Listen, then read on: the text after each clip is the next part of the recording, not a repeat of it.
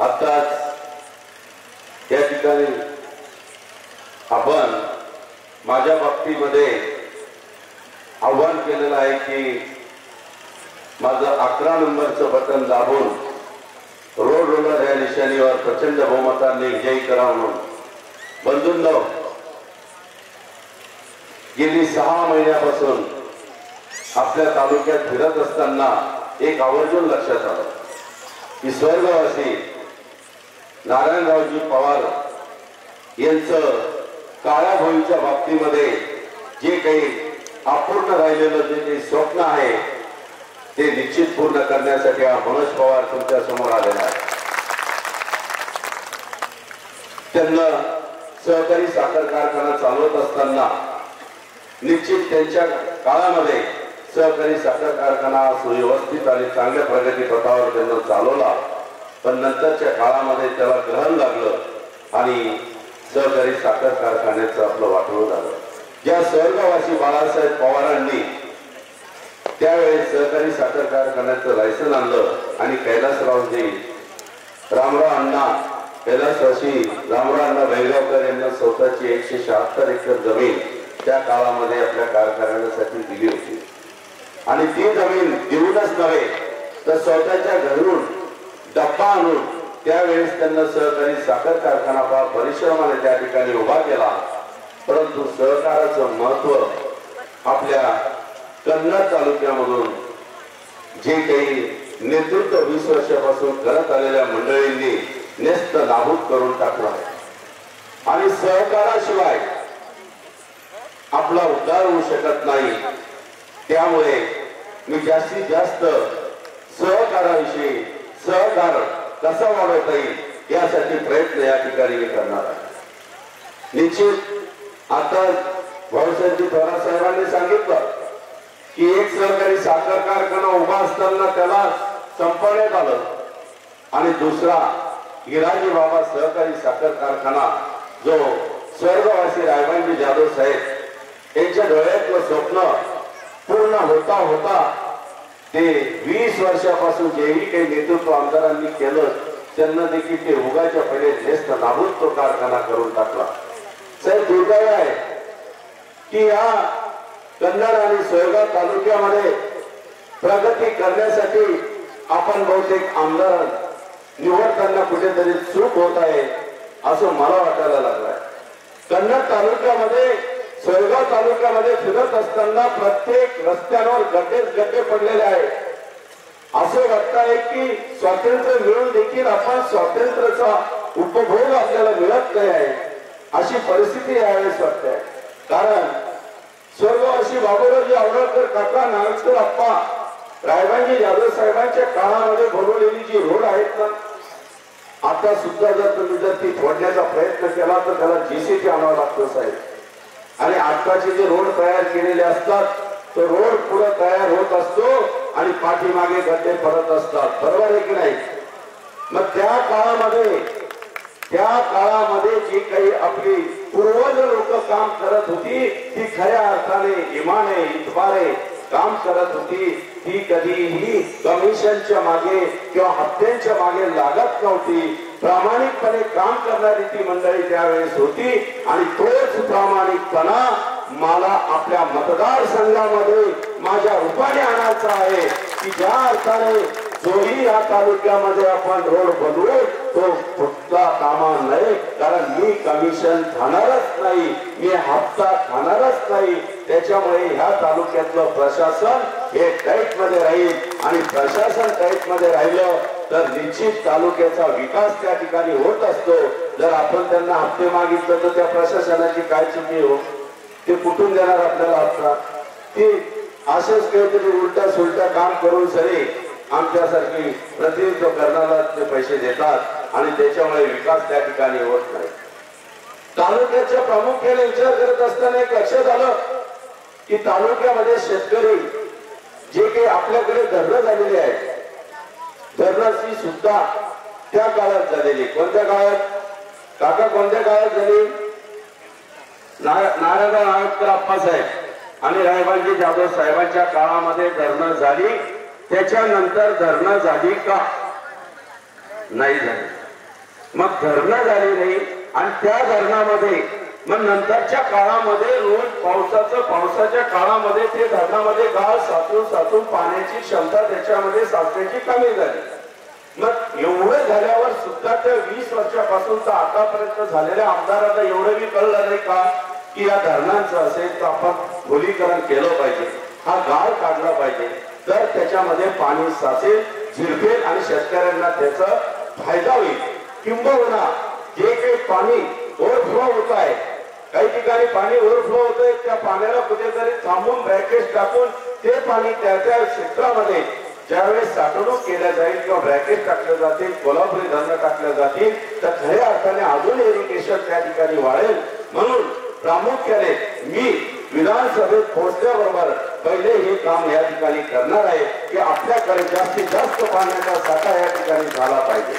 मी माझ्या देवगावच्या भाषणात मी तुम्हाला सांगितलं की आपलं शिवना टाकीचं जे पाणी आहे हे पाणी आपल्या शेतकऱ्यांच्या हक्काचं पाणी आहे।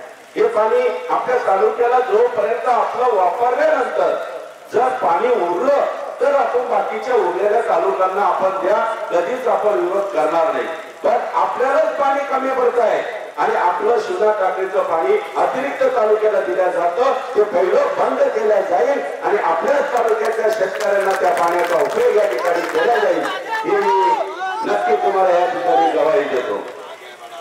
दुसरी गोष्ट, प्रत्येक तालुक्यामध्ये खेड्यांना शुद्ध पाणी पिण्याचे जे काही व्यवस्था असते, जे काही प्रकल्प असतात, ती नादुरुस्त आहे आणि ती नादुरुस्त असेल किंवा नसेल तरी प्रत्येक गावाला शुद्ध पाणी मिळण्याचा हक्क असतो। तो नागरिकाचा मूलभूत हक्क आहे की त्याला त्या गावामध्ये शुद्ध पाणी मिळावा। म्हणून मी प्रत्येक गावामध्ये तशा पद्धतीचं शुद्ध जल विद्युत केंद्र उभं करणार आहे आणि त्याच्यासाठी सुद्धा सभागृहामध्ये लढणार आहे आणि झगडणार आहे। चौथी गोष्ट, शेतकऱ्यांनी उत्पादन केलेला जो माल असतो, उत्पादन केल्यानंतर ज्यावेळेस शेतकरी आपल्या घरात माल आणतो त्यावेळेस मार्केटमध्ये त्याचे भाव पडले जातात। भाव पडल्यानंतर एक तर शेतकऱ्यांनी ज्यावेळेस तो जमीन पासून सुरुवात करायला लागतो, मेहनत करायला लागतो, तर ते उत्पादन घरापर्यंत येईपर्यंत नैसर्गिक आपत्ती असेल किंवा जे काही आतापर्यंत ज्या काही सरकारांनी भाव वाढवलेले आहेत, मग युरियाचा असेल, फर्टिलायझर, सगळ्या प्रकारचे भाव वाढलेले आहेत, परंतु मालाला भाव वाढलेला नाही आणि मालाला भाव वाढलेला नसल्यामुळे त्याची ताळमेळ त्या शेतकऱ्याकडून बसत नाही। समजा एखाद्या वेळेस आपण आपल्याकडे उत्पादन झालेल्या मालाला जर 20 रुपये भाव भेटत असेल तर तो माल जिल्हा स्तरावर शहरामध्ये गेल्यावर काय भाव असतो सांगता येईल कोणाला? इथं आपल्याकडे उत्पादन करून माल घरात आल्यानंतर आपण जर 20 रुपये किलोने माल तो विकला तर शहरामध्ये जर तो भाव आपण बघितला तर तो किती भाव असतो? त्याचा दुप्पट तिप्पट भावाने तो घेतला जातो, बरोबर आहे? म्हणून माझ्या डोक्यात एक संकल्पना आणि एक सह्याद्री नावाची फार्मा प्रोड्युसर कंपनी जी नाशिक मध्ये काम करत आहे, तिचा जो जिला काम केलेलं आहे त्या पद्धतीची जर आपण या ठिकाणी अवलंबन केलं तर निश्चित उत्पादन केलेल्या शेतकऱ्याचा माल एकत्रित आपण एका ठिकाणी आणून साठवणूक करून शेतकऱ्यांनी शेतकऱ्याचा माल व्यवस्थितरित्या पॅकेजिंग करून तो माल स्वतःचा मॉल जिल्हा स्तरावर जिल्ह्यामध्ये शेतकऱ्यांनी शेतकऱ्याचा स्वतःचा माल तिथं मिळवण्यासाठी जागेपासून तो उभं करण्यापर्यंत मी सभागृहात बांधणार आहे। जोपर्यंत शेतकऱ्याचा स्वतःचा माल जिल्ह्यावर होत नाही तोपर्यंत शेतकऱ्याला भाव मिळत नाही, कारण तो भाव त्यानं उत्पादन केलेल्या मालाला भाव कधी मिळेल? त्याचा जर डायरेक्ट शेतकऱ्याचा आणि ग्राहकाचा जर कधी समेट झाला तरच हा भाव त्या ठिकाणी वाढू शकतो। म्हणून शेतकऱ्यांच्या हिताच्या दृष्टिकोनातून माझ्या डोक्यामध्ये ही एक संकल्पना त्या ठिकाणी आहे। चौथी एक गोष्ट अशी आहे की आपल्या तालुक्यामध्ये विकासाचा जो मुद्दा जाऊ द्या, तालुक्याचा विकास तर जो ते तर करत नाही, परंतु एक साधं उदाहरण सांगतो। सोलापूर धुळे हायवे, हा सोलापूर धुळे हायवे आपला नॅशनल हायवे आहे। ज्यावेळेस आपण राज्याला जोडल्या जातो त्यावेळेस तालुक्याचा कुठेतरी विकास होतो, परंतु सोलापूर धुळे हायवे जाऊन सुद्धा तो बंद झालेला आहे आणि बंद झाल्यामुळे आपला तालुक्याचा विकास कुठेतरी खुंटला आहे। याचं कारण काय खुंटण्याचं की आपल्या या सोलापूर हायवेला लगत रेल्वे सुद्धा मंजूर झाली होती आणि रेल्वे मंजूर होऊन तिला जागा एकत्र झाली आणि आपल्याला बौद्ध पाळायला आपल्याला केंद्र आणि राज्य शासनाच्या दोन्हीकडून फंड सुद्धा उपलब्ध झाला होता. कशाच्या नावावर? रेल्वेच्या. रेल्वे मंजूर झाली होती माहितीये का? मग कोणी नेली रेल्वे? कोणाच्या पप्पाने नेली? कोणाच्या पप्पाने रेल्वे आपली घेऊन गेले? बस साहेब, या तालुक्याचा विकास तर सोडा, पण आमचा जो आहे तोही तुम्ही भोकरदनकडे घेऊन गेलात. जालन्याहून त्यांना सरळ भोकरदन, सिल्लोड करत पुढे अजिंठा. जर आपल्या तालुक्यातून आपली रेल्वे गेली असती तर निदान आपल्या पोरांनी बिस्किट, काहीतरी फुटाणे बिटाणे, काहीतरी पाण्याच्या बाटल्या तरी इकडे असत्या की नाही? काहीतरी खडी तर टाकली असती, रोजगार उपलब्ध झाला असता. परंतु आपल्या तालुक्यामध्ये रोजगार द्यायचं तर सोडून द्या, पण उलटा आपल्या इथला रोजगार सुद्धा जो आहे तो सुद्धा पळवून देण्याचं जर कधी हे लोक काम करत असतील तर निश्चित आपल्याला नम्रतेची विनंती की आपण उमेदवार निवडताना निश्चित आपण चांगल्या पद्धतीने विचार करून निवडा. मी पुन्हा तुम्हाला एक आव्हान करतो की आज माझ्या विरोधात उभा असलेल्या महाशक्ती आहेत. महाशक्ती कुठली आहे? एक भोकरदनची आहे, बरोबर आहे? भोकरदनची महाशक्ती माझ्या समोर उभी आहे. जर तुम्ही लोकांनी आज जर विचार नाही केला, आज तुम्ही इथं बसलेल्या सगळ्या लोकांना मी सांगतो, आपले नातेवाईक असतील भोकरदनला किंवा आपले मित्र असतील, एक फोन करून विचारून पहा. त्या ठिकाणी हुकुमशाही पद्धतीने राज्य कारभार चालतो आणि जर कधी तुम्ही चुकीने जर कधी त्यांना निवडून देण्याचा प्रयत्न जर केला तर आयुष्यभर सगळ्यांना पस्तावं लागेल. साहेब, मी खुलेआम तुम्हाला याचं आव्हान करतोय की इथं माणसाला, प्रशासनाच्या लोकांना सुद्धा अधिकार नाही आहे. त्या ठिकाणी पोलीस डिपार्टमेंटला सुद्धा स्वतःचे काहीच अधिकार राहत नाही. तिथं हुकुमशाही पद्धतीने जीवन जगावं लागतं. साहेब, आपल्याला कळकळीची विनंती करतो की माझ्या तालुक्यामध्ये जो जन्माला आलेला आहे, या मातीशी ज्याचं ऋण आहे, या मातीशी ज्याचं प्रेम आहे, त्या व्यक्तीला आपण निवडलं पाहिजे अशी मी आपल्याला नम्रतेची विनंती करतो. आपण रोज जर फोन उचलला, सकाळी उठल्या आपण जर फोन ऑन केला तर आपल्याला काय दिसतं? नवरा बायकोचं भांडण. मान्य आहे की नाही? फक्त फोन उचला, फोन काढा, त्याच्यामध्ये एवढंच दिसतं की त्याच्यामध्ये नवरा बायकोचे भांडण. एक तर काहीतरी म्हणते किंवा माझ्या मागे माणसं लावली, माझ्या सासऱ्याने मला माणसं मारायला पाठवले, नाही तर ती कोण झाली, तिनं काहीतरी डांगडो केला किंवा काही ना काहीतरी इतर विषय या ठिकाणी चालू असतात. मग या तालुक्याचा काय हा तमाशा आहे का? आपण काय तमाशा बघण्यासाठी आहोत का? या तालुक्याच्या विकासावर बोला ना. तुम्ही या तालुक्यामध्ये काय करणार आहात, तुम्ही काय मुद्दे घेऊन आलात याच्या बाबतीमध्ये बोलत नाही. फक्त काय करतात, सकाळपासून संध्याकाळच्या मोबाईलवर काहीतरी तमाशा चालू असतो आणि तमाशाशिवाय दुसरं काही नसतं. आपल्याला एक नम्रतेची विनंती करतो, मागच्या वेळेस सुद्धा आपण चूक केली की लोकप्रतिनिधी बोलत असताना त्याच्यावर लक्ष करा. तुम्ही लोकप्रतिनिधी ज्यावेळेस बोलतो, जसं मागच्या वेळेस आमदार बोलला की मी 3 वेळेस पडलो आणि 3 वेळेस पडल्यामुळे माझी परिस्थिती अत्यंत खराब झालेली आहे आणि मला आता जर तुम्ही निवडून दिलं नाही तर मला आत्महत्येशिवाय पर्याय नाही. बरोबर आहे का? मग तुम्ही मतदान कशाला केलं?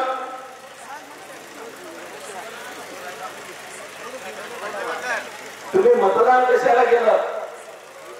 अहो, एवढे मोठे आपले शेतकरी बिचारे राब वागतात आणि ते जर कधी आत्महत्या करायचं तो कधीच म्हणत नाही, कोणाला सांगून आत्महत्या करत नाही. साहेब, शेतकरी तो गुच्चो बिचारा आपला गळफास घेऊन स्वतःला संपवून घेतो कर्जबाजारी झाल्यावर. पण हे भामटे गुच्छे, हे जे नेते लोक असतात ना, हे सगळ्यांना असे भावणूक करतात आणि भावणूक करून या आत्महत्या करण्याचा प्रयत्न करतात. अरे तुम्ही तर त्यावेळेस असं म्हणायला पाहिजे होतं की भाऊ हे चराट आहे, हे घे आणि आत्महत्या कर. कारण असं जर तुम्ही म्हणला असता तर त्यानं आत्महत्या केली नसती आणि चुकीचा उमेदवार आपल्याला लाभला नसता. आपण भावणूक त्याला मतदान केलं आणि त्या माणसाने आतोनात प्रॉपर्टी, फक्त कमिशन आणि हप्ते एवढ्याच कमवल्याशिवाय दुसरं काही केलं नाही. आणि एवढं करून झालं नाही तर आपल्या तालुक्यामध्ये कित्येक लोकांना आजही घरं नाहीत. त्या घराचा त्यांना विचार नाही. आता स्वतः मी रिटायर होईल तेव्हा मला मुंबईमध्ये राहायला घर पाहिजे असं सभागृहात मांडणारा हा सगळ्यात महाराष्ट्रातला पहिला डान्सचा आमदार दिसला. स्वतःला घर मागणारा. त्याला या गावातलं अहो कितीतरी तुम्हाला सांगतो आदिवासी लोक आहेत, अजूनही त्यांचे घर निर्मित नाही. बंजारा समाजाची लोक आहेत, त्यांची अजून घरं निर्मित नाही. त्यांच्या घराच्या बाबतीत किंवा गोरगरीब लोकांच्या घराबाबतीत त्यांना कधी सभागृहात प्रश्न मांडला का? अहो कुठेतरी काहीतरी सभागृहात या गोष्टीविषयी कोणीच काही मांडत नाही. सभागृहामध्ये काय बोललं पाहिजे? अहो त्या काळामध्ये स्वर्गवासी रायबाजी जाधव साहेब जेव्हा सभागृहामध्ये बोलायचे तर सभागृहातले सर्व आमदार एकदम त्यांच्याकडे टक लावून बघायचे, कान एकदम त्यांच्याकडे ठेवायचे की साहेब काय बोलतायत. अहो विकासात्मक दृष्टिकोनातून सभागृहामध्ये मांडलं जायचं, सभागृहामध्ये बोललं जायचं. आणि आता काय हिरवा पिवळा होईपर्यंत आमदाराला पोलिसांनी जोडलं, एवढंच ऐकलं जातं. बरोबर आहे? काही सभागृहात मांडलं का? 20 वर्षामध्ये एखाद्या आमदाराने सभागृहामध्ये असं म्हणलं का की माझ्या तालुक्यातली पितळखोरा लेणी ही जागतिक लेणी आहे, ही जागतिक लेणी ही दुर्लक्षित पडलेली आहे. जर कधी या ठिकाणी पर्यटन घोषित झालं तर या तालुक्याचं भलं होईल आणि ती जागतिक लेणी असलेली किंवा आपल्याला पर्यटन आणलेले मोठे मोठे रिसॉर्ट या ठिकाणी येतील याच्यासाठी त्यांना कधीच बोलले नाही. किंवा या तालुक्यातल्या सुशिक्षित बेकारांसाठी MIDC आणणं अत्यंत जरुरी आहे. MIDCच्या संदर्भात सभागृहामध्ये तुम्ही बोलला नाही. इथं जिल्हा परिषद शाळा आहे, ज्या शाळेमध्ये मी शिकतो त्या शाळेची अक्षरशः दयनीय अवस्था आहे. वर्धन झालेली शाळा आहे आणि या शाळा एवढी दुरावस्था आहे की एका शाळेमध्ये 4-4 वर्ग भरवले जातात. साहेब त्या लहान लेकरांना काय शिक्षण घेत असतील होय? अहो या शाळेंना सुद्धा सुधारणा करावं लागणार आहे, हे मॉडिफाय करावं लागणार आहे, संगणकीकृत या शाळा करावं लागणार आहे आणि याच्यासाठी जास्तीत जास्त फंड उपलब्ध करून आपल्याला या ठिकाणी लढा द्यावा लागणार आहे. आणि हे करण्यासाठी याला सक्षम आमदाराची गरज आहे. याला सक्षम आमदारच या तालुक्याचा विकास करू शकतो. या तालुक्याला आत्महत्या करणारे लोक विकास करू शकत नाही. आपल्याला पुन्हा पुन्हा विनंती करतो, आपण जागरूक व्हा, आपण जागरूक नागरिक आहात. आता कुठेतरी फसगत नका करू नका, कारण प्रत्येक वेळेस काहीतरी बोललं जातं. आता सुद्धा माझे आमदार राहिलेले तुम्हाला 10 वर्ष आमदारकी दिली, 10 वर्ष आमदारकी देऊन सुद्धा तुम्ही आज असं म्हणतात की बा माझी परिस्थिती ती खराब झालेली आहे. 10 वर्ष आमदार अहो तुम्ही कर्मभोगाने आज तुमची परिस्थिती त्या ठिकाणी तशी झाली आहे. त्याला आम्ही लोक दोषी आहोत का? इमाने इतबारे आम्ही स्वर्गवासी रायबाजी जाधव साहेबांच्या पुण्याईमुळे आम्ही तुम्हाला मतदान केलं. 10 वर्ष आपण आमदार राहिला आणि आपण त्यावेळेस काय केलं? तुकारकीचे चाळे केले, स्टंटबाजी केली, सभागृहात एक शब्दही बोलला नाही. आणि आता सांगतात की बा माझी बायको मला सोडून गेलेली आहे, दुसरी अंडी ती गेलेली आहे आणि आता माझा सासऱ्याने सुद्धा बंगला हिसकून घेतला, गाडी हिसकून घेतली. आता माझी परिस्थिती खराब आहे. मग आता याची परिस्थिती खराब झाली तर आता पुन्हा येणं कुठेतरी धरणा कोणी घ्यायची, घोषणा करायची आणि आपण भावनिक मतदान त्या ठिकाणी करायचं असं या लोकांच्या डोक्यामध्ये असतं. कृपया करून आपल्याला नम्रतेची विनंती करतो की भावनिक आपण होऊ नका. आपण हे बघा, मी अल्पभूधारक शेतकऱ्याचा मुलगा आहे. आपण घराणेशाही तर बंद करा की या घराणेशाहीतच माणूस आमदार झाला पाहिजे का? अल्पभूधारक शेतकऱ्याच्या मुलांनी कधी आमदार होऊ नये का? सामान्य घरातल्या माणसाने कधी आमदार होऊ नये का? त्याला काही कळत नाही का? मी जेवढे मुद्दे या ठिकाणी मांडले, या ठिकाणी इतकी भाषणं झाली असतील, कोणी एवढे मुद्दे मांडलेत का शेतकऱ्याच्या संदर्भातले असतील, या देणी दुर्लक्षित आहे त्या बाबतीत असेल, पर्यटनाच्या संदर्भात असेल, शाळांची दुरावस्था असेल, या ठिकाणी धरणं वाढवायची आवश्यकता आहे. अहो MIDC फक्त आणून चालणार नाही तर MIDC साठी आपल्याला गोदावरी धरणातून पाणी आणावं लागणार आहे. जायकवाडी धरणातून जोपर्यंत आपण पाणी आणणार नाही तोपर्यंत आपले MIDC सध्याच होणार नाही. कारण बाहेरच्या राज्यातल्या कंपन्या इथं येण्यासाठी त्यांना पाणी आणि विद्युत वाहिनी ही त्याला फार हमीची लागते. तेव्हा कुठे बाहेरच्या कंपन्या या ठिकाणी गुंतवणूक करतात आणि गुंतवणूक केली तरच आपल्या पोरांना रोजगार या ठिकाणी मिळू शकतो. या बऱ्याच गोष्टी या ठिकाणी आहेत. या ठिकाणी बचत गटांना राज्य शासन वेगवेगळ्या पद्धतीचं यांना अनुदान देतं. हे बिचारे पापड उद्योग करतात, मसाले उद्योग करतात, वेगळे उद्योग करतात, परंतु यांचा माल तयार झाल्यानंतर तो विकला जात नाही. आणि मग जे बचत गटाला अर्थसहाय्य केलेलं असतं ते निश्चित ते कर्जबाजारी होतात. म्हणून मी राज्य शासनाला एक विनंती करणार आहे की बचत गटाच्या महिलांनी तयार केलेलं जे काही उद्योग प्रोडक्ट असेल ते राज्य शासनाने विकत घ्यावा. त्यांना जर विकत घेतलं आम्ही घेतले तर ह्या महिलांना 1000-2000 नाही तर 10,000 ते 12,000 रुपये पगार एकेका महिलांना घरात पडेल. म्हणून महिलांसाठी सुद्धा मी राज्य शासनाकडे हा प्रश्न आवर्जून या ठिकाणी मांडणार आहे. या ठिकाणी बोलण्यासारखे बरेच मुद्दे आहे. विकासात्मक दृष्टिकोनासाठी मी जे काही एक संदेश आलेला आहे तो मी बोलण्यापेक्षा, कारण मी उमेदवार आहे, ऑटोमॅटिक तो तुमच्या समोर येईलच आणि तो तुमच्या समोर तुम्हाला समजेल. मी फक्त एवढीच एक विनंती आपल्याला या ठिकाणी करेल की मी तालुक्याच्या विकासासंदर्भात बोलला. तालुक्यामध्ये मी एकदम मॉडिफाय तालुका करण्याचा प्रयत्न करणार, एकदम रोड चकचकीत करणार आणि ह्याच्यासाठी साहेब 5,000 कोटीचा फंड आपल्याला इथं आणावा लागेल. आणि 5,000 कोटीचा फंड आणला म्हणजे आमदार झाला म्हणजे आला का? अहो साधी गोष्ट आहे. आपण शेती जर विकत घेतली, विकत घेतल्यानंतर शेतीत कसावं लागते, कसाला पैसे लावावं लागतात की नाही. मग आमदार झालं म्हणल्यानंतर का वरून पैसे टपकणार का? 5,000 कोटी आणायचे म्हणल्यावर 1.5% जरी खर्च करावा लागतो साहेब. 1.5% खर्च करायचे तर 100-150 कोटी रुपये लागतात. इथं हे म्हणतात की आमची परिस्थिती खराब आहे आणि परिस्थिती खराब असल्यास ते माणसं कसे काम करतील? या तालुक्याचा विकास करायला मजबूत माणूस लागतो. आपल्याला मी आव्हान करतो की आपल्या बाजूच्या तालुक्यामध्ये मुस्लिम धर्माचा माणूस आमदार होतो तर त्या ठिकाणी हिंदू धर्माचे लोक मतदान करतात आणि त्याच्यामध्ये सगळे जातीचे लोक असतात. मग तिथं का मतदान करतात? काय कारण असेल? सक्षम उमेदवार आहे. तसंच गंगापूर आणि खुलताबादला सुद्धा मारवाडी समाजाचा आमदार आहे. मग तिथं मराठा समाज तर 70% आहे. मग का मतदान करतो तो? तर तिथं सक्षम उमेदवार आहे. या तालुक्याला एक नम्रतेची विनंती करतो मी. हे बघा, मी फार गरीब परिस्थितीतून वर चाललोय. एक 10 पत्राचं घर असलेला हा मुलगा तुमच्या समोर इथून कन्नड जवळ आहे. इथं तुम्ही कोणत्याही व्यापाऱ्याला विचारू शकता. 150-200 रुपये महिन्याने मी मारवाड्याकडे काम केलेला माणूस आहे. मी मारवाडी समाजाकडे काम करणारा माणूस. त्यांची अत्यंत तुम्हाला माहिती काम करणं असल्यावर कसं काम करावं लागतं. मी जिनी फॅक्टरीत काम केलं. मी शासकीय गोडांमध्ये 3 किलो थैली पॅकेजिंग करून 90 किलो थैलं ओढलं साहेब. एवढंच नाही तर मी पाव बटर बाजारमध्ये जाऊन विकले.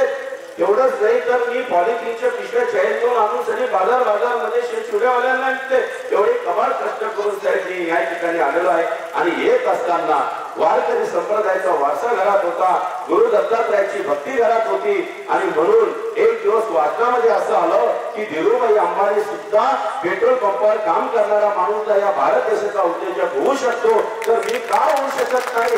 म्हणून एक विचार मनात आला आणि त्या दिवशी प्रभू दत्तात्रयांना म्हणालो की प्रभू दत्तात्रया, मला या तालुक्याचा उद्योजक व्हायचा आहे. मला उद्योजक होऊ द्या आणि मला जर उद्योजक केलं तर माझ्या रोजच्या उत्पन्नातला 10% हिस्सा गोरगरीब जनता धार्मिक कार्यासाठी खर्च करेल. त्याच पद्धतीने हे आजपर्यंत मी काम करत आलो आहे आणि हे काम करत असताना मला अत्यंत आनंद त्या ठिकाणी होत असतो, समाधान मला त्या ठिकाणी लाभत असतं.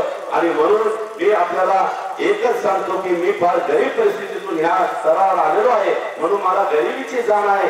सर्वप्रथम या तालुक्यातला प्रत्येक गरीब घटकातला छोटा व्यक्ती देखील हा मोठा झाला पाहिजे, हा प्रामाणिक हेतू माझ्या मनातला आहे आणि याच्यासाठी मी हा प्रयत्न या ठिकाणी करणार आहे. दुसरी गोष्ट मुस्लिम बांधवांचा विषय आहे. मुस्लिम बांधवांची मतं प्रत्येक वेळेस 20 वर्षापासून प्रत्येक आमदार येत असतो, परंतु मुस्लिमांच्या विषयी देखील हक्काविषयी कोणी सभागृहामध्ये एकदाही प्रश्न मांडलेला नाही का? तो मुस्लिम बांधव देखील मतदान करतात. तो मुस्लिम बांधवाविषयी देखील त्यांचे हक्क असतील त्या ठिकाणी बोलणं जरुरी आहे. ओबीसी बांधव असतील, मराठा बांधव असतील, प्रत्येक बांधवांचा एक हक्क असतो. काहीतरी प्रश्न असतात, विकासात्मक असतात सगळ्या दृष्टिकोनातून. जसं छत्रपती शिवरायांनी 18 पगड जाती आणि 3 धर्म बरोबर घेऊन राज्य स्थापन केलं, त्याच पद्धतीने या कन्नड आणि सोयगाव तालुक्याचं एक नवीन नेतृत्व, नवीन विजन मला या सगळ्या जाती पाती पंथ धर्माला बरोबर घेऊन करायचं आहे. आणि याच्यासाठी मला सर्व जाती पाती धर्माच्या माय बापांना मला आशीर्वाद द्या आणि एकच करा. हे मनोज पवार तुमचा कुठेतरी लोक समजा, तुमचा मोठा भाऊ समजा, छोटा भाऊ समजा आणि त्याला निवडून आणा. मी निश्चित प्रामाणिकपणे सांगतो प्रत्येकाच्या घरामध्ये एक आनंद मी तयार करून देईल आणि आनंद तयार करण्यासाठी प्रामाणिकपणे सभागृहामध्ये लढेल. मग तो शेतकऱ्यांसाठी लढेल, मजुरांसाठी लढेल, माता भगिनींसाठी लढेल,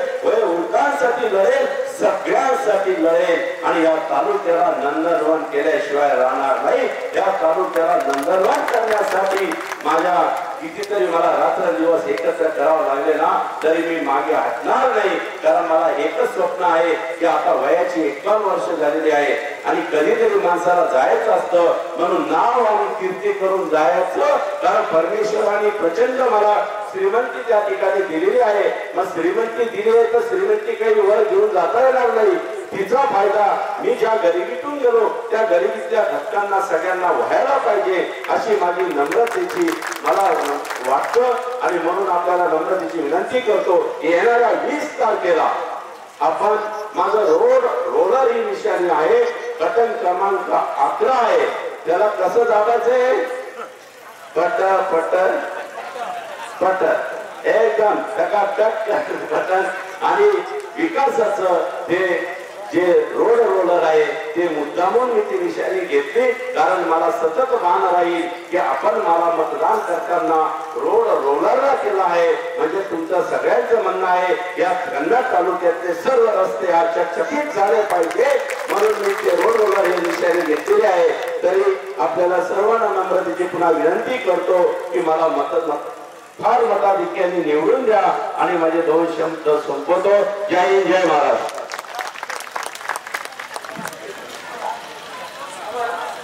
आणि एकाचा उदय होता होता त्याचा सुद्धा या ठिकाणी अस्त झालेला आहे. हे सगळं घडत असताना हा कारखाना या ठिकाणी विकला गेला आणि 10 गळीत हंगाम संपले तोपर्यंत सुद्धा या तालुक्यातला कोणीही प्रस्थापित पुढारी या कारखान्याच्या विरोधात बोलायला तयार नव्हता की आम्हाला ऊस उत्पादक शेतकऱ्यांना त्यांच्या घामाचं दाम द्यावा म्हणून. म्हणून गेल्या 3-4 वर्षापूर्वी स्वाभिमानी शेतकरी संघटनेने या ठिकाणी मराठवाड्यातला पहिला ऊस उत्पादक शेतकऱ्यांचा मोर्चा बारामती आग्रावर निघाला आणि त्या ठिकाणी सन्माननीय राजू शेट्टी साहेब यांच्या नेतृत्वाखाली मोठं आंदोलन झालं. आणि त्या आंदोलनाचा परिणाम असा झाला की आज त्या जो कारखाना तुम्हाला 1800 रुपये भाव देत होता आज त्याला 2725 रुपये भाव देण्यास स्वाभिमानी शेतकरी संघटना या ठिकाणी कारणीभूत ठरलेलं आहे. मग ज्या वेळेस स्वाभिमानी शेतकरी संघटनेच्या आम्ही कार्यकर्त्यांनी राजू शेट्टी साहेब यांना या ठिकाणी येण्यास भाग काढलं 650 किलोमीटरहून त्यावेळेस आपल्या सोबत ते कमीत कमी 5 ते 6 वेळेस आले आणि तुमचा भौसाचा भाव या ठिकाणी वाढला गेला.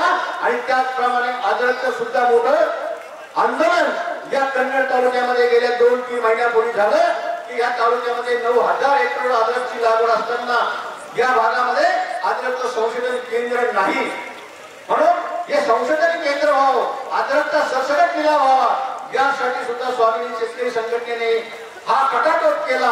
आणि तुम्हाला या ठिकाणी सांगायचं वाटतं की आपल्या तालुक्यामध्ये अद्रक संशोधन केंद्र करण्यासाठी आणि त्याला कार्यान्वित करण्यासाठी सन्माननीय आपले उमेदवार मनोज भाऊ पवार यांना आपल्याला विधानसभेमध्ये पाठवायचं आहे जेणेकरून आपल्या हक्काचं संशोधन केंद्र या कन्नड तालुक्यामध्ये निर्माण होईल. आज सगळं सांगण्याचा उद्देश माझा एकच आहे की तुम्ही आम्ही सर्वजण शेतकरी आहोत आणि आपल्या हिताने जर काही गोष्टी आपल्याला करून घ्यायच्या असतील तर आपल्या हक्काचा माणूस आपल्याला विधानसभेत पाठवावा लागणार. काय आहे या तालुक्यामध्ये कोणत्या हिताचं 2 कारखाने आपले बंद पडले, खरेदी विक्री संघ बंद पडलेला आहे, मका खरेदी केंद्र चालू नाही, कापूस उत्पादक एक योजना या ठिकाणी बंद पडलेली आहे, नाफेडचं कांदा खरेदी केंद्र तुमच्या तालुक्यात नाही, कुठलाही कोल्ड स्टोरेज या तालुक्यामध्ये नाही. मग आपली एरियाची शेती किती दिवस करायची? आपल्या शेतीला जर भाव मिळणार नसेल आणि आपल्या तालुक्यामध्ये या सगळ्या गोष्टी घडणार नसेल तर मग अशा लोकप्रतिनिधींना आपण निवडून तरी का द्यायचं? हा सगळा उद्देश स्वाभिमानी शेतकरी संघटनेने लक्षात घेतला आणि मनोज भाऊ पवार यांना आम्ही आग्रह केला तर तुम्ही संघटनेत घ्या आणि आम्ही तुम्हाला पुरस्कृत उमेदवार या ठिकाणी घोषित करतो. आणि ही घोषणा आम्ही गेल्या 5 ते 6 दिवसापूर्वी या ठिकाणी केली आणि स्वाभिमानी शेतकरी संघटनेने या ठिकाणी एक व्रत केलंय ह्या माणसाला कोणत्याही परिस्थितीमध्ये शेतकऱ्यांच्या हितासाठी विधानसभेत पाठवायचं आहे. तुमची सर्वांची तयारी आहे का? किती लोकांची तयारी? हात वर करा बरं. वा वा वा, धन्यवाद धन्यवाद. आपल्याला ह्या माणसाला आपल्या स्वार्थासाठी पाठवायचं करायचंय. कोणाच्या? आपल्या स्वतःसाठी. तुम्हाला सांगतो मनोज भाऊ पवार हे उद्योगशील माणसं आहेत. यांच्या डोक्यात सुद्धा उद्योगाच्या कल्पना आहे की त्यांच्या भाषणात सांगतील तुम्हाला. तर ह्या तालुक्यामध्ये MIDC सुद्धा पाहिजे, प्रक्रिया उद्योग पाहिजे, टोमॅटोवर प्रक्रिया करणारा उद्योग पाहिजे. नॅशनल हायवेला आपण या ठिकाणी जोडलेला असताना सुद्धा कन्नडचा या औरंग घाटाचा बोगदा या ठिकाणी तयार झालेला नाही, म्हणून आपलं दळणवळण सुद्धा या ठिकाणी थांबलेलं आहे. या सगळ्या जर आपल्याला गोष्टी करायच्या असतील आणि हे सगळं घडून आणायचं असेल तर आपल्या हक्काचा स्वाभिमानी शेतकरी संघटनेचा उमेदवार या ठिकाणी आपल्याला विधानसभेत पाठवायचा आहे आणि खऱ्या अर्थानं शेतकऱ्याच्या हिताचा फुटा आपल्याला या तालुक्यामध्ये रवायचा आहे. आणि तुम्हाला सांगतो तुम्ही फक्त निवडून द्या आणि स्वाभिमानी शेतकरी संघटना मनोज भाऊ पवार यांच्याकडून या सगळ्या गोष्टी करून घेतल्याशिवाय राहणार नाही. या ठिकाणी बोलण्यासारखं बरंच आहे, पण वेळे आपण या ठिकाणी जास्त बोलणार नाही. तुम्हाला सगळ्याला जाता जाता एक विनंती करेल की येत्या 20 तारखेला 11 नंबरची निशाणी आणि 11 नंबरचा पेपरवर आपलं नाव आहे आणि आपली निशाणी काय आहे? Road roller. रोड रोलर या निशाणीवर शिक्का बटन दाबायचं आहे आणि प्रचंड मताने मनोज भाऊ पवार यांना निवडून द्यायचे. एवढी त्या ठिकाणी विनंती करतो. थांबतो. जय जवान जय किसान. माझ्या लाडक्या बापाला तुम्ही कापसाला 1250 रुपये भाव द्या, 12,500 रुपये आणि मक्याला 3,500 रुपये भाव द्या. अरे त्याचा आम्हाला ठीक नका देऊ, आम्हाला आमचा हक्क द्या, आम्हाला स्वावलंबी बनवा. या ठिकाणी मी सांगू इच्छितो की आम्हाला तुमच्या 12,000 रुपये बी नको, आमच्या लाडक्या बहिणीला 1,500 बी नको, पण आमच्या कामाचं दाम या ठिकाणी मिळालं पाहिजे. माझा मायबाप शेतकरी या ठिकाणी स्वावलंबी झाला पाहिजे. याच्यासाठी काहीतरी तालुक्यात नव नेतृत्व या ठिकाणी उदयाला आलं पाहिजे. ते म्हणजे मनोज भाऊच्या रूपानं अरे सर्वसामान्य घरातला माणूस आहे, सर्व गरीबातल्या गरीब माणसाला जाणणारा माणूस आहे. एखादा जर आजारी पडला तर त्याला हॉस्पिटलला नेऊन 2 रुपये खर्च करण्याची ताकद मनोज भाऊ मध्ये आहे. अशा माणसाचं रोड लोडर नावाचा 11 नंबरचा बटन आपण दाबाव, त्यांना भरघोस मताने विजयी करा एवढी विनंती करतो आणि थांबतो. जाता जाता एकाच सांगतो, रावण मारला होता. जाता जाता एकाच सांगतो, अरे रावण मारला होता म्हणून रामाचा जन्म झाला. अरे कंस मारला होता म्हणून कृष्णाचा जन्म झाला. कौरव मारले होते म्हणून पांडवांचा जन्म झाला. या ठिकाणी ढवळ्या कपड्यातले बगळे मारले म्हणून मनोज भाऊ पवार यांचा विधानसभेत जन्म झाला. रोड रोलर चालणार, बदल घडणार.